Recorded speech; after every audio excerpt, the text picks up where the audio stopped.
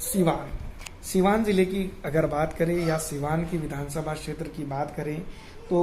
फिलहाल अगर देखा जाए तो भले ही आरजेडी सिवान के शेर शहाबुद्दीन को भूल चुकी है या फिर उनको याद भी सिर्फ आ रहा है, तो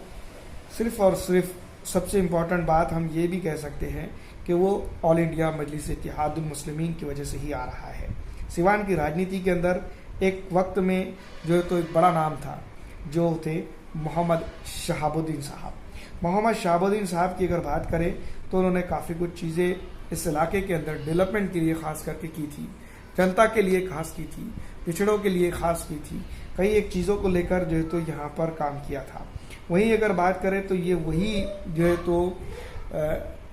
आरजेडी है जो हिना शहाब साहब को मैडम को गिराने में जो तो आगे आगे आई थी। लेकिन इस विधानसभा क्षेत्र के ऊपर अगर देखा जाए तो अवध बिहारी चौधरी जो है तो 1990 से 1915 के अंदर या फिर 2015 के अंदर इसी तरह से अगर आगे आगे देखा जाए तो ये बढ़ते चले गए। यहाँ पर अगर आप बात करी जाए 2015 की तो यहाँ पर बीजेपी,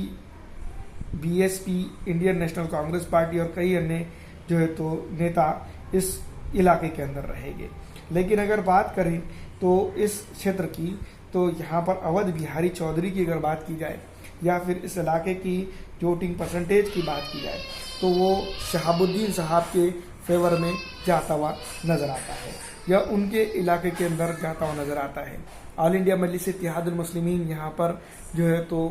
अपना प्रत्याशी उतारने की तैयारी में है। पिछड़ा, दलित, आरक्षित मुस्लिम समाज के साथ जो है तो जिस तरह से भेदभाव की राजनीति हो रही है उसको ख़त्म करके एक यूनिटी की राजनीति या एकता की राजनीति पर जो तो आधारित कुछ चीज़ें करने की तैयारी में दिखाई देती हैं। तो यही ना कहीं आने वाले वक्तों के अंदर जो है तो बड़ा जो है तो